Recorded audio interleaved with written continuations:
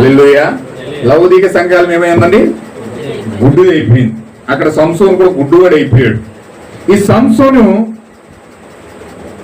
సంసోన్కి 7 జడలు ఉన్నాయండి. ఏంటండి? సంసోన్కి 7 జడలు ఉన్నాయి. ఇలా తలకి ఎంతకంటే ఉండేది. ఎందుకంటే అతనికి చిన్నప్పటి నుంచి మంగళగత్తి అతను నెత్తి మీద వేసేవారు కాదు. ఎందుకంటే దూత చెప్పింది, నీ కొడుకు మీద మంగళగత్తి వెళ్ళకూడదు, మద్యమైనను సౌరమైనను చేయించుకోకూడదు, అది ఆయనకి సున్నతి. ఆయనకి దేవుడు ఒక ఏమిచ్చాడంటే చూడండి, అక్కడ నాజీరు చేయబడ్డాడు. అతను ఒక నాజీరు చేయబడిన వ్యక్తి. నాజీరు అంటే దేవునికి ప్రత్యేకించబడిన వ్యక్తి. దేవుని కొరకు ప్రత్యేకించబడి అతను నాజీరు చేయబడి 7 జడలతో అతను ఉన్నాడు. అతని నెత్తి మీద 7 జడలు ఉన్నాయి. అది నాజీరుకు ఒక గుర్తు.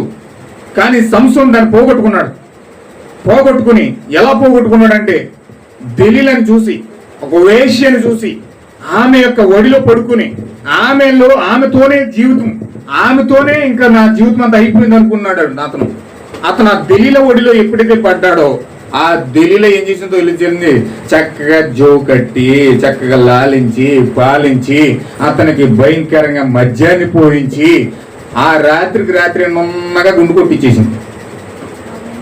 ఆమేన్, హల్లెలూయా.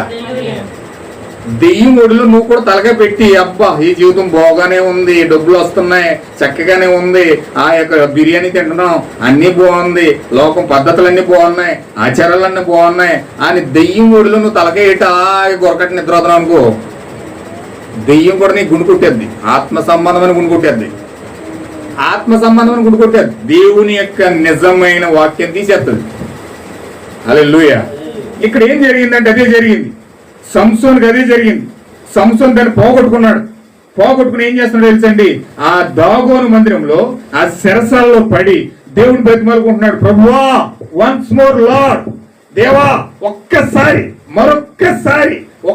అవకాశం ఇస్తే నేను మరలా దేవుని యొక్క శక్తిని పొందుకొని ఇంకెన్నడూ కూడా నేను కూడా బతకను, నేను కూడా చచ్చిపోతాను ఇందులో పడి, ఇంకా నాకు బతుకొద్దు, ఒక్కసారి కనుక నువ్వు మాకు అవకాశం ఇస్తే నా శత్రువులందరినీ కూడా ఇక్కడే చంపేస్తానని దేవుని బ్రతిమాలుకున్నాడు. హల్లెలూయా. దేవుడు మరలా రిస్టోర్ చేశాడు, మరలా పునరుద్ధరించాడు. మరలా గుండు కొట్టేసిన గుండు మీద ఆ యొక్క వెంట్రుకలు మొలడం స్టార్ట్ అయ్యాయి.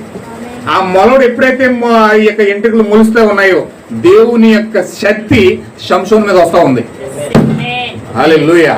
దేవుని యొక్క శక్తి సంసోనులో ఎప్పుడైతే వస్తా ఉందో, మరలా సంసోను ఎప్పుడైతే పరిశుద్ధాత్మ శక్తి పొందుకున్నాడో, ఆ దాగోను మందిరంలో 2 స్తంభాలపైన ఆనుకున్న ఆ యొక్క స్తంభాలను ఎప్పుడైతే బలంగా పట్టి గట్టిగా తాగాడో, ఆ యొక్క దాగోను మందిరం పటపట రాలిపోయి కూలిపోయి అందులో ఉన్న ఫిలిష్తీయులందరూ కూడా చచ్చిపోయారు. అందులో పడి సంసోను కూడా చచ్చిపోయాడు. అంటే దేవుడు ఆ యొక్క చివరి దినములో సంసోను యొక్క కాలంలో దేవుడు వాక్యాన్ని మరలా రెస్టోర్ చేస్తా ఉన్నాడు, పునరుద్ధరణ చేస్తా ఉన్నాడు. వాక్యం మళ్ళీ తిరిగి రిపీట్ అవుతా ఉంది. దేవుని యొక్క శక్తి భూమి మీదకి, సంఘంలోనికి మరలా తిరిగి వస్తా ఉంది. ఆమేన్, హల్లెలూయా. అంటే 7వ సంఘ కాలంలో దేవుడు మరలా తన ప్రసన్నతతో, తన వెలుగుతో, తన యొక్క జీవ కణముతో మరలా సంఘం పైకి వస్తా ఉన్నాడు అనమాట. హల్లెలూయా. సంఘం గుడ్డుదైపోయింది ఆచారాల చేత, సంఘం గుడ్డుదైపోయింది సాంప్రదాయాల చేత, సంఘం గుడ్డుదైపోయింది విగ్రహారాధన చేత, అనేకమైన కార్యాల చేత సంఘం గుడ్డుదైపోయి ఆ యొక్క సంఘము ప్రలాపించి ఏడ్చి పశ్చాత్తాపడి ఓ లార్డ్ వన్స్ మోర్ లార్డ్ అని ప్రార్థన చేస్తా ఉంటే, దేవుని యొక్క శక్తి మరలా సంఘంలోకి వచ్చి రెస్టోర్ అవుతా ఉంది, పునరుద్ధరించబడతా ఉంది. హల్లెలూయా. అలాగే ఇంకా విషయాలు చూద్దాం. ఈ సంసోను ఎలాంటివాడంటే, ఇది ఒక పెంతెకోస్తు మాదిరిగా ఉంది. అది 7 సంఘకాలంలో ఉన్న 7 దూతల వర్తమానంలో ఉన్నది. మరలా ప్రవక్త యొక్క వర్తమానం వచ్చినప్పుడు, తిరిగి పొందుకున్నప్పుడు సంసోను తిరిగి పునరుద్ధరించబడతా ఉన్నాడు. ఎప్పుడైతే యొక్క వెంట్రుకలు మరలా మొలిచాయో, ఆ శక్తి మరలా ఎప్పుడైతే పునరుద్ధరించబడిందో, సంసోను మరలా పరిశుద్ధాత్మ పూర్ణుడయ్యాడు. హల్లెలూయా.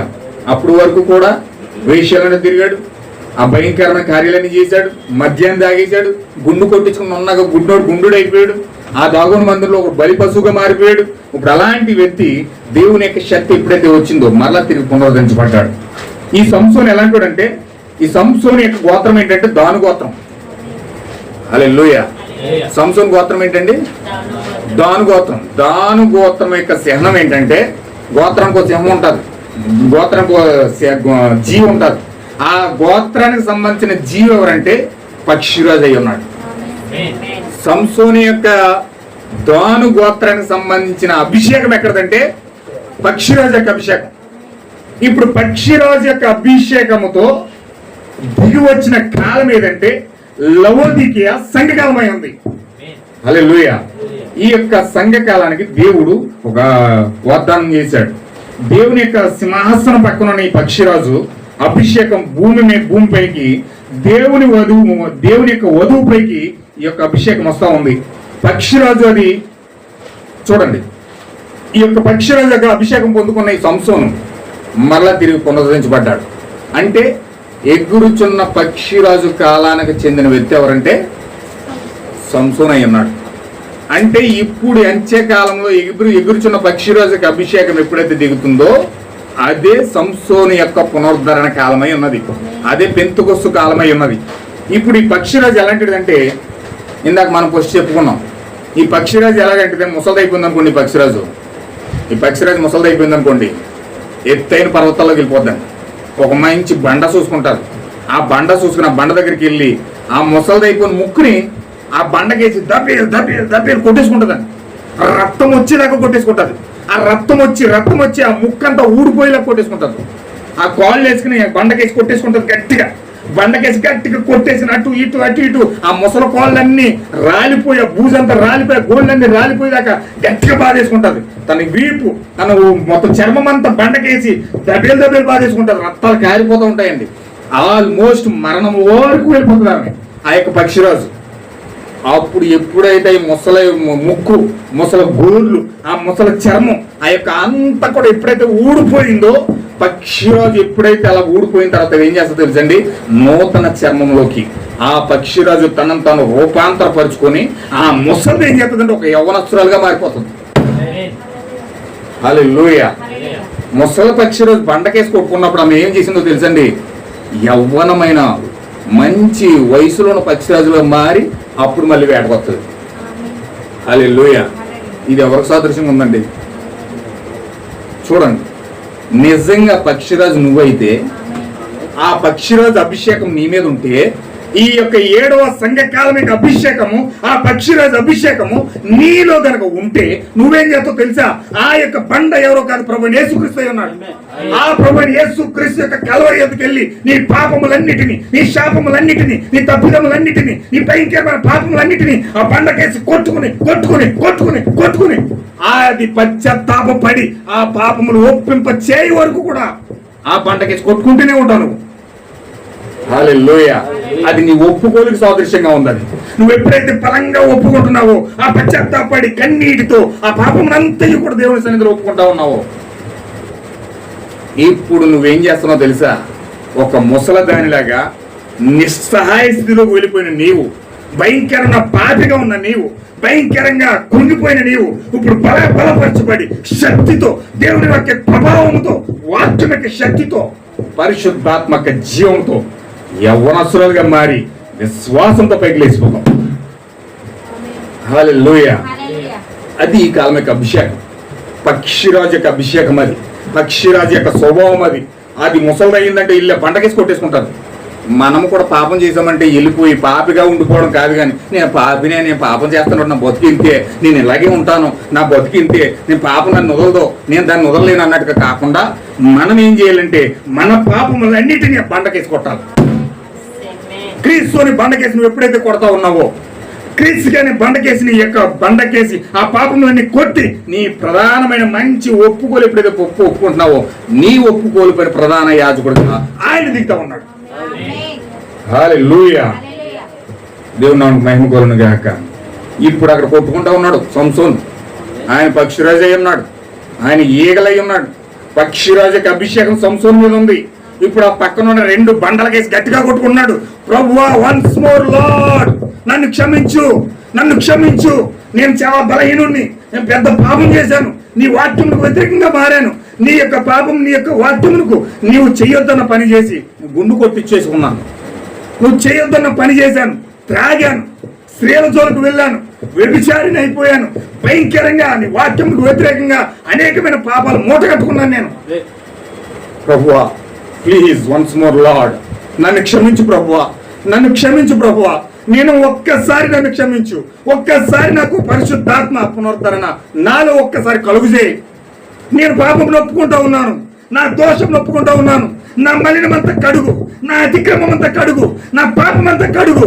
నేను దేవుని సన్నిధిలో పశ్చాత్తాపడతా ఉన్నాను. Please Lord, once more Lord. Hallelujah. బండకేసి కొట్టుకుంటా ఉన్నాడు అక్కడ సంసోన్. ఎప్పుడైతే అలా కొట్టుకుంటా ఉన్నాడు, ఒప్పుకుంటా ఉన్నాడు, పరిశుద్ధాత్మ అతని మీదకి వచ్చింది. హల్లెలూయా. పరిశుద్ధాత్మ ఎప్పుడైతే అతని మీదకి వచ్చిందో రెండింతల శక్తిని పొందుకున్నాడు. దేవుని నామమునకు మహిమ కలుగును గాక. ఖచ్చితంగా ఆ యొక్క ఓడ బెరుకుని మరలా ఆ పక్షిరాజు ఏం చేస్తుందంటే రూపాంతరపరచబడి ఆ యొక్క నూతన ఉత్సాహం, నూతన యవ్వనం పొందుకుంటుంది. అందుకే పక్షిరాజుకి యవ్వనం క్రొత్తదగునట్లుగా నీ యవ్వనము క్రొత్తదగునుగాక అంటా ఉన్నాడు. హల్లెలూయా. పక్షిరాజు ముసలిగా వెళ్ళి యవ్వనస్తులుగా మారిపోతుంది. ఈరోజు మనం ముసలోలుగా, బలహీనులుగా, ఒక పాపిగా, ఒక లోకస్తుడిగా మనం ఉండిపోవడం కాదు. కానీ మనం ఎప్పుడైతే బండకేసి కొట్టుకుంటా ఉన్నామో, క్రీస్తు కేసు మనం కొట్టుకుంటా ఉన్నామో, క్రీస్తు దగ్గర మన పాపాలు మలినాలు ఒప్పుకుంటా ఉన్నామో, దేవుడు కూడా మనం రూపాంతరపరుస్తూ ఉన్నాడు. ఆయన ఒక నిజమైన ఒక క్రైస్తవుడు క్రొత్త జన్మ పొందుకోవడమే రూపాంతరపరిచే శక్తి పొందుకోవడం. ఇప్పుడు పక్షిరాజు తుఫాన్లకు ఎదురెళ్తుంది, బండ సందులు ఎగురుతుంది, పర్వతాలపైన ఎగురుతుంది, రెండు రెక్కలపైన అపారమైన నమ్మకంతో ఉంటుంది. అది పాత నిబంధన, కొత్త నిబంధన అనే రెండు రెక్కలతో క్రీస్తు అనే బండ సందుల్లో ఆ పక్షిరాజు ఎగురుతా ఉంది. హల్లెలూయా. ఇప్పుడు పక్షిరాజు బండ సందుల్లో ఎగురుతుందంటే, అంటే బండ సందులు అంటే ఎక్కడ అనుకున్నారు? క్రీస్తు యొక్క లేఖనాల్లో ఎగురుతూ ఉంటావు నువ్వు, బైబిల్ యొక్క లేఖనాల ప్రత్యక్షతతో ఎగురుతూ ఉంటావు నువ్వు, విశ్వాసంతో ఎగురుతూ ఉంటావు నువ్వు. దేవుని యొక్క పర్వతాలపైన, పర్వతాలు ఏముందండి ఈ కాలమే ప్రవక్త బోధించాడు. ఆ పర్వతం పైన ఆకర్షణ ఏమిటి? ఆ పర్వతం పైన ఆకర్షణ ఏంటి? నువ్వు పర్వతాల పైన ఎగురుతున్నావు అంటే అర్థం ఏంటో తెలుసా? వాక్యమునికి నీవు ఆకర్షించబడతా ఉన్నావు. హల్లెలూయా. అందుకే ప్రభు చెప్పాడు, నా తండ్రి నన్ను ఆకర్షించకుండా ఎవరు నా ఎదుగు రాలేరు అన్నాడు. దేవుని మహిమ కలుగును గాక. ఆ పర్వతాలపై నువ్వు ఎగురుతూ ఉంటావు నిజమైన పక్షిరాజుకి అభిషేకం పొందుకుంటే. ఇప్పుడు ఈ సంసోను ఎలా ఉన్నాడంటే, ఆయన ఎత్తబడ్డాడు, చనిపోయి ఎత్తబడ్డాడు, హతసాక్షి అయిపోయి ఎత్తబడ్డాడు. ఇప్పుడు ఆయన ఎలా ఉన్నాడంటే, సంసోను 1,44,000 మందికి ఆయన ఒక మాదిరిగా ఉన్నాడు. సంసోను ఒక వధువుకు మాదిరిగా ఉన్నాడు, సంఘానికి మాదిరిగా ఉన్నాడు. ఎలాంటి సంఘం అంటే, ఆ ఎత్తబడే హతసాక్షులుగా అయిపోయి ఎత్తబడే ఆ 1,44,000 మంది యూదులకు ఆయన ఒక మాదిరిగా ఉన్నాడు. వాళ్ళు హతసాక్షులు అయిపోయి అప్పుడు వాళ్ళు ఎత్తబడతారనమాట. దేవుని మహిమ కలుగును గాక. ఆయన దేవుని యొక్క భార్యకు పరిచారకులుగా 1,44,000 మంది వస్తూ ఉన్నారు. దేవుని యొక్క భార్యకు ఈ 1,44,000 మంది పరిచారకులు అనమాట. ఇజ్రాయేల్ ప్రజలే దేవుని యొక్క భార్యకు పరిచారకులుగా వస్తూ ఉన్నారు. 1,44,000 మందిని ఎన్నుకున్నారు దేవుడు. ఆ 1,44,000 మందిని ఎన్నుకుని, ఆ ఎన్నుకున్నబడిన 1,44,000 మంది క్రీస్తుకు పరిచారకులుగా ఉన్నారు. చూడండి, ఎస్తేరుకి చెలికెత్తులు ఉంటారు, ఎస్తేరు గ్రంథంలో ఎస్తేరు ఉంటారు, ఎస్తేరుకి చెలికెత్తులు ఉంటారు. ఆ చెలికెత్తులు ఏం చేస్తారంటే ఎస్తేరుకి పరిచయం చేస్తూ ఉంటారు. ఇప్పుడు ఈ యొక్క 1,44,000 మంది అన్య వధువుకు చెలికెత్తులుగా వస్తూ ఉన్నారు. హల్లెలూయా. 1,44,000 మంది ఎలాంటి వాళ్ళండి? అన్య వధువుకు చెలికెత్తులుగా వస్తూ ఉన్నారనమాట, పరిచర్య చేస్తూ ఉన్నారు. ఇప్పుడు ఆ సమయంలోనే ఇజ్రాయేల్ ప్రాంతంలో రూత్ అనే ఒక అన్యజనురాలు ఉంది. ఆమె నయోమి ద్వారా యెరూషలేములో ప్రవేశించింది. ఆమె కోతకాలంలో యెరూషలేములోకి వచ్చింది, బోయాజును కలుసుకుంది. రూతు వధువుకు మాదిరిగా ఉన్నది. మరణించిన భర్తకు బదులుగా ఒరిజినల్ సంతానం తీసుకొని రావడానికి బోయాజును రూతు ఎలాగైతే కలిసిందో, అలాగే ఈరోజు నిజమైన వధువు దేవుని యొక్క సంతానాన్ని తీసుకురావడానికి, నిజమైన క్రీస్తు యొక్క సంతానాన్ని భూమిపైకి తీసుకురావడానికి ఈమె కూడా ప్రభు అయిన యేసు క్రీస్తుని కలవబోతా ఉంది. ఆ నయోమి ఎవరో కాదు, ఈ కాలం యొక్క ప్రవక్త ఏలియా ఉన్నాడు. ఆ ఏలియా అనే ప్రవక్త ద్వారా ఈరోజు అన్యవధువు నిజమైన ఆత్మ సంబంధమైన కొత్త యెరూషలేములో ప్రవేశిస్తా ఉంది. ఈమె కొత్త యెరూషలేములో ప్రవేశిస్తా ఉంది, కోతకాలంలో ప్రవేశిస్తా ఉంది. బోయజ్ అనే నిజమైన క్రీస్తుని రూతు కలుసుకుంటా ఉంది. హల్లెలూయా. అయితే ఇప్పుడు ఆ బోయజ్ ద్వారా దావీదు అనే సంతానము బయటకు వచ్చింది. దావీదు కుమారుడిగా దావీదు ఎందుకు వస్తున్నాడంటే, దావీదు 1000 ఏళ్ల పరిపాలనకు ఒక మాదిరిగా ఉన్నాడు, సాదృశ్యంగా ఉన్నాడు. దేవుని మహిమ కలుగును గాక. బోయజు రూతు కలిసినప్పుడు ఎవరు పుట్టారండి? ఆ యొక్క వంశావళి నుంచి దావీదు వచ్చాడు. అదే సమయంలో యెరూషలేములో ఎవరు ఉన్నదంటే అన్న ఉంది, అది ఇజ్రాయేల్ దేశం. ఈ ముగ్గురు ఒకే సమయంలో జీవించిన వ్యక్తులు. హల్లెలూయా. ఏమైనా వింటున్నారా? దాచి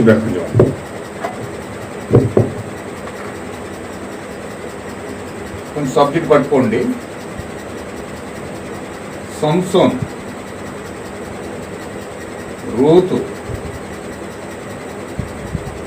అన్న, వీళ్ళ ముగ్గురు కూడా ఒకే సమయంలో ఆ యెరూషలేము దేశంలో ఉన్నారు. ఇప్పుడు సంసోను, రూతు, అన్న ఎవరికి జన్మనిచ్చిందంటే సమూయేలుకి జన్మనిచ్చింది. రూతు ఎవరికి జన్మనిచ్చిందంటే దావీదుకి జన్మనిచ్చింది. హల్లెలూయా. దేవుని మహిమ కలుగును గాక. వింటున్నారండి? సంసోను ఒక సంఘ సంస్కర్త అయి ఉన్నాడు, పునరుద్ధరించబడిన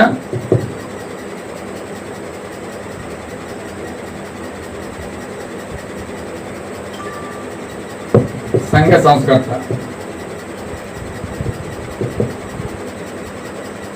అంటే ఈయన దేనికి మాదిరిగా ఉన్నాడంటే 1,44,000 మంది యూదులకు సాదృశ్యంగా ఉన్నాడు.